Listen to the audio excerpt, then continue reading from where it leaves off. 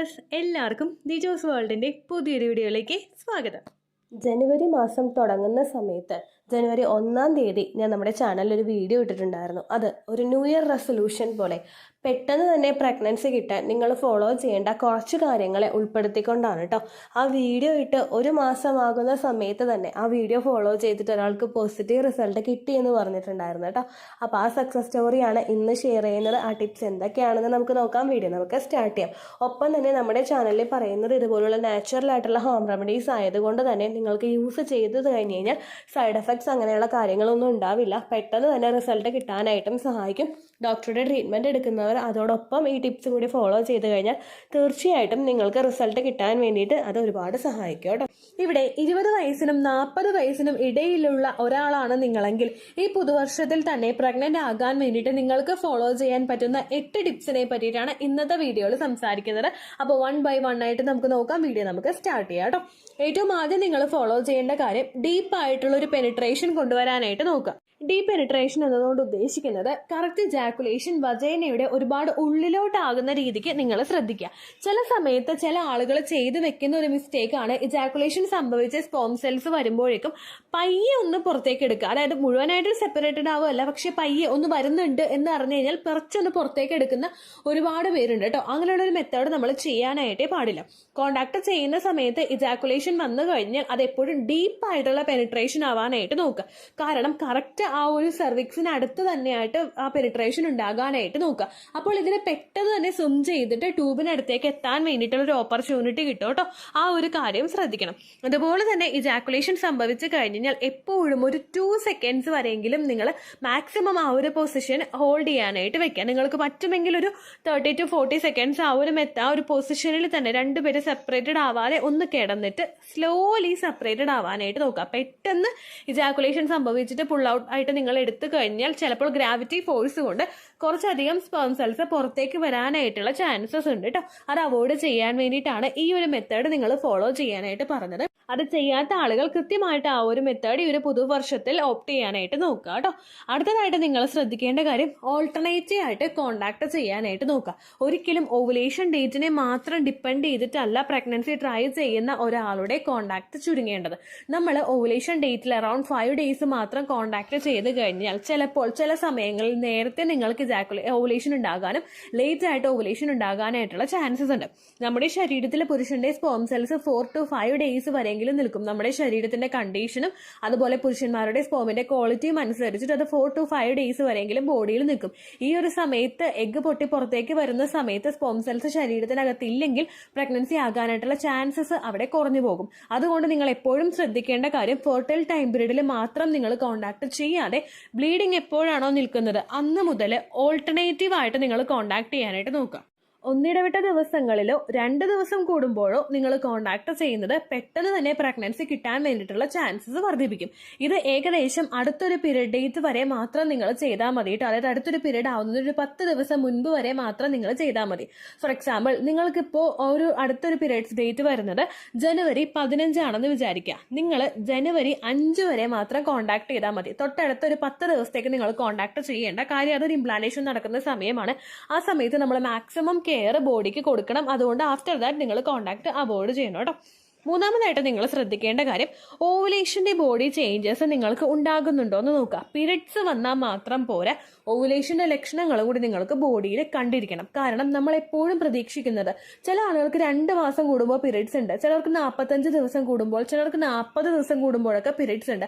അതൊരിക്കലും ഹെൽത്തി ആയിട്ടുള്ള ഒരു പീരിയഡ്സ് ആണെന്ന് നമുക്ക് പറയാനായിട്ട് സാധിക്കില്ല. ഇൻ കേസ് നിങ്ങൾക്ക് പീരിയഡ്സ് ആകുന്ന ഒരു ഫസ്റ്റ് ഒരു പ്യൂബേർട്ടി എത്തുന്ന സ്റ്റേജ് മുതൽ ഏകദേശം ഒരു 2-3 വർഷമൊക്കെ കഴിഞ്ഞപ്പോൾ എപ്പോഴും 14 days കൂടുമ്പോഴാണ് പീരിയഡ്സ് ആയത്, ചെക്ക് ചെയ്ത് നോക്കിയിട്ടൊന്നും വലിയ പ്രശ്നമൊന്നും നിങ്ങൾക്കില്ലെങ്കിൽ ഓക്കെ, കുഴപ്പമില്ല. പക്ഷേ ഒരു 1-2 വർഷമായിട്ടുള്ള നിങ്ങൾക്ക് 40 daysലോ 45 daysലൊക്കെയാണ് പീരിയഡ്സ് വരുന്നതെങ്കിൽ അതിനർത്ഥം ചില സിറ്റുവേഷൻസിൽ നമുക്ക് ഓവുലേഷൻ നടക്കാത്ത സാഹചര്യങ്ങളും കൂടി ഉണ്ടാകുന്നു എന്നാണ്.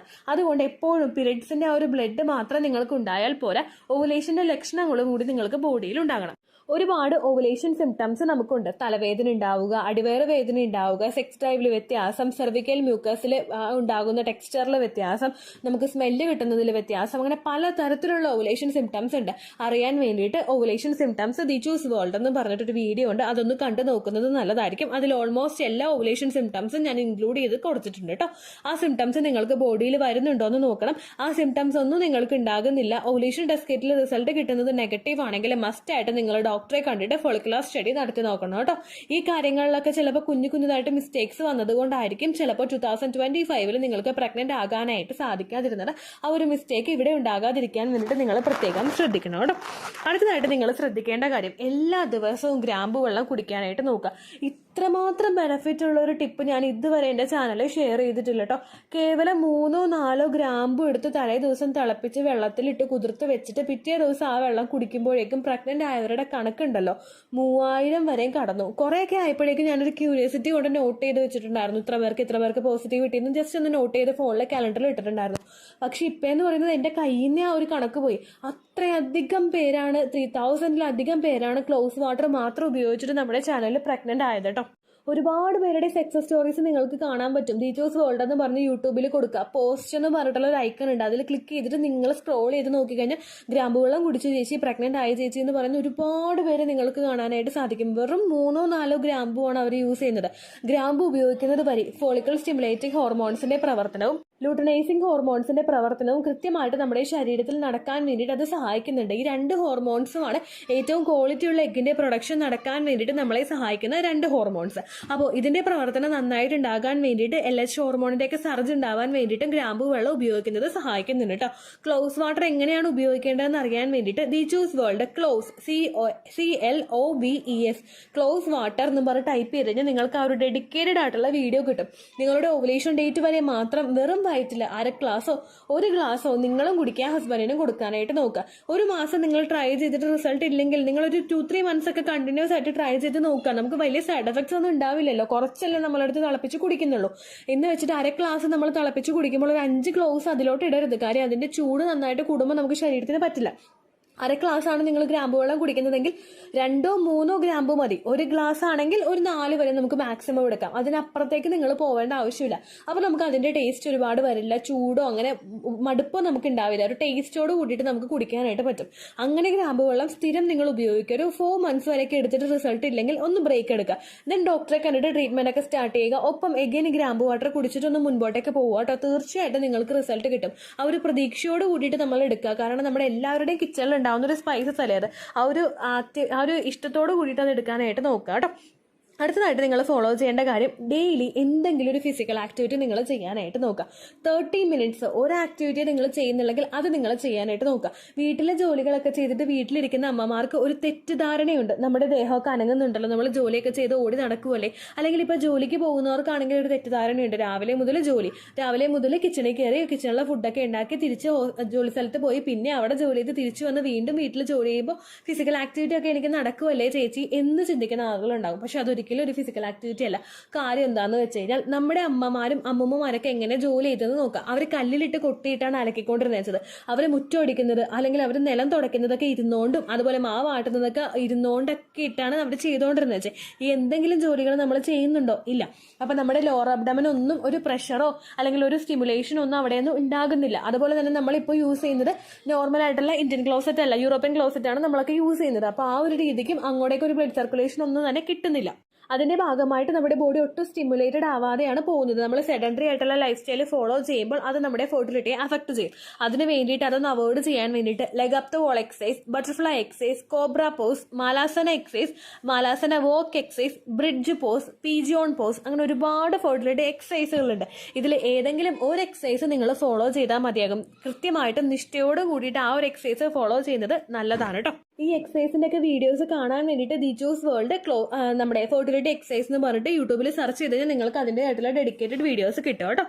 6ാമതായിട്ട് നിങ്ങൾ ഫോളോ ചെയ്യേണ്ട കാര്യം എന്ന് പറയുന്നത് സ്ട്രെസ് അവോയ്ഡ് ചെയ്യാനായിട്ട് നോക്കുക. നിങ്ങൾ സ്ട്രെസ്സിൽ കൂടി പോയി കഴിഞ്ഞാൽ ഉറപ്പായിട്ട് നിങ്ങൾക്ക് പ്രഗ്നൻസി കിട്ടില്ല എന്ന് പറഞ്ഞാൽ കിട്ടില്ല. പ്രഗ്നന്റ് ആയി കഴിഞ്ഞിട്ട് ആദ്യത്തെ ഒരു പ്രഗ്നൻസി പോയിട്ടുള്ള ആളുകൾ അയ്യോ പോവോ എന്നിങ്ങനെ ആലോചിച്ചിരുന്നു കഴിഞ്ഞാൽ അത് പോകും. കാര്യം നമ്മൾ ടെൻഷൻ അനുഭവിച്ചുകൊണ്ടിരിക്കുകയാണ്. നമ്മുടെ ശരീരത്തിൽ ഒരുപാട് മാറ്റങ്ങളുണ്ട് ടെൻഷൻ അനുഭവിക്കുന്ന സമയത്ത്. ഇതൊക്കെ കൂടി വന്നു കഴിഞ്ഞാൽ ശരീരം ഇംപ്ലാന്റേഷൻ ഒരിക്കലും സപ്പോർട്ട് കൊടുക്കില്ല. നേരെ മറിച്ച് നമ്മുടെ ബോഡി നമുക്കേ സപ്പോർട്ട് തരുള്ളൂ. നമുക്ക് സപ്പോർട്ട് തരുന്ന എങ്ങനെ? നമ്മുടെ ബോഡിയെ ബാക്ക് ടു നോർമൽ ആക്കും. അങ്ങനെ വന്നു കഴിഞ്ഞാൽ ഇംപ്ലാന്റേഷൻ ഫെയിൽ ആയി പോകും. അതുകൊണ്ട് ടെൻഷൻ ഇല്ലാതെ നിങ്ങൾ ട്രൈ ചെയ്യാനായിട്ട് പ്രത്യേകം ശ്രദ്ധിക്കുക കേട്ടോ. അടുത്തായിട്ട് ശ്രദ്ധിക്കേണ്ട കാര്യം, ഔട്ട്സൈഡ് ഫുഡ് കഴിക്കുന്നത് ലിമിറ്റ് ചെയ്യുക. നമ്മൾ ഹോട്ടലിൽ പോയി കഴിക്കുന്ന ഫുഡ് ഐറ്റംസ് മാത്രമല്ല, പാക്കറ്റിൽ കിട്ടുന്ന വറപലഹാരങ്ങളും എണ്ണ പലഹാരങ്ങളും ഒക്കെ നിങ്ങൾ കഴിക്കുന്നത് നന്നായിട്ട് ലിമിറ്റ് ചെയ്തോളുക. എണ്ണയിൽ ഡീപ് ഫ്രൈ ചെയ്തിട്ടുള്ള ഐറ്റംസും അതുപോലെ മൈദയുടെ കണ്ടന്റ് അടങ്ങിയിട്ടുള്ള ഭക്ഷണ പദാർത്ഥങ്ങളും കണ്ടിന്യൂസ് ആയിട്ട് എടുക്കുന്നത് ഹോർമോണൽ ഇഷ്യൂസ് ബോഡിയിൽ ഉണ്ടാക്കും. PCOD പോലുള്ള ബുദ്ധിമുട്ടുകളും ഒബിസിറ്റി പോലുള്ള കണ്ടീഷൻസും നിങ്ങൾക്ക് ഉണ്ടാവുകയാണെങ്കിൽ പ്രഗ്നൻസി നീണ്ടു പോകാനായിട്ട് ചാൻസ് ഉണ്ട്. മാസത്തിൽ 2-3 തവണ ഇതൊക്കെ കഴിക്കുന്നതുകൊണ്ടൊന്നും പ്രശ്നമില്ല. പക്ഷെ എല്ലാ ദിവസവും ചായക്ക് കടിയായിട്ട് കപ്പോർത്തത്, ചിപ്സ് അങ്ങനെയുള്ള ഐറ്റംസ് നമ്മൾ ഉപയോഗിക്കുന്നതും ജോലി സ്ഥലത്ത് പോയിട്ടോ പുറത്ത് പോയിട്ടോ ചായക്ക് കടിയായിട്ട് ഉഴുന്നുവടയും സവാളവടയും ഒക്കെ മേടിച്ച് കഴിക്കുന്നതും ശരീരത്തിന് നല്ലതല്ല.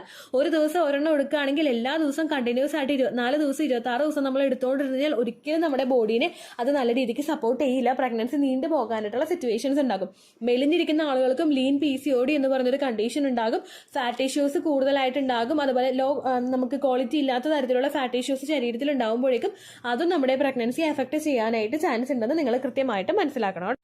ഏറ്റവും ലാസ്റ്റ് ആയിട്ട് നിങ്ങൾ ഫോളോ ചെയ്യേണ്ട ഏറ്റവും ഇമ്പോർട്ടൻ്റ് ആയിട്ടുള്ള ഒരു കാര്യം എന്ന് പറയുന്നത്, നിങ്ങളും ഹസ്ബൻഡും തമ്മിൽ ക്വാളിറ്റി ടൈം സ്പെൻഡ് ചെയ്യാനായിട്ട് നോക്കുക. ക്വാളിറ്റി ടൈം എന്നതുകൊണ്ട് ഉദ്ദേശിച്ചത് മാക്സിമം നിങ്ങളൊരു ഹാപ്പിനെസ്സിൽ കൂടി മുൻപോട്ടേക്ക് പോവുക. കുഞ്ഞുണ്ടാവുക എന്ന് പറയുന്നത് എക്സ്ട്രീം ആയിട്ടുള്ള നിങ്ങളോടൊരു എയിം ആയിട്ട് മാറാതെ പരസ്പരം സന്തോഷത്തോടു കൂടി സമാധാനത്തോടു കൂടി നിങ്ങൾ ടൈം സ്പെൻഡ് ചെയ്യാനായിട്ട് നോക്കുക. പരസ്പരം ഇഷ്ടങ്ങൾ, ആഗ്രഹങ്ങൾ, സ്വപ്നങ്ങൾ ഇതൊക്കെ ഷെയർ ചെയ്യാനായിട്ട് നോക്കുക. മാക്സിമം കോണ്ടാക്ട് കഴിഞ്ഞിട്ടും ഈ ഒരു ഇന്റിമസി നിങ്ങൾ മെയിൻറ്റെയിൻ ചെയ്യുക.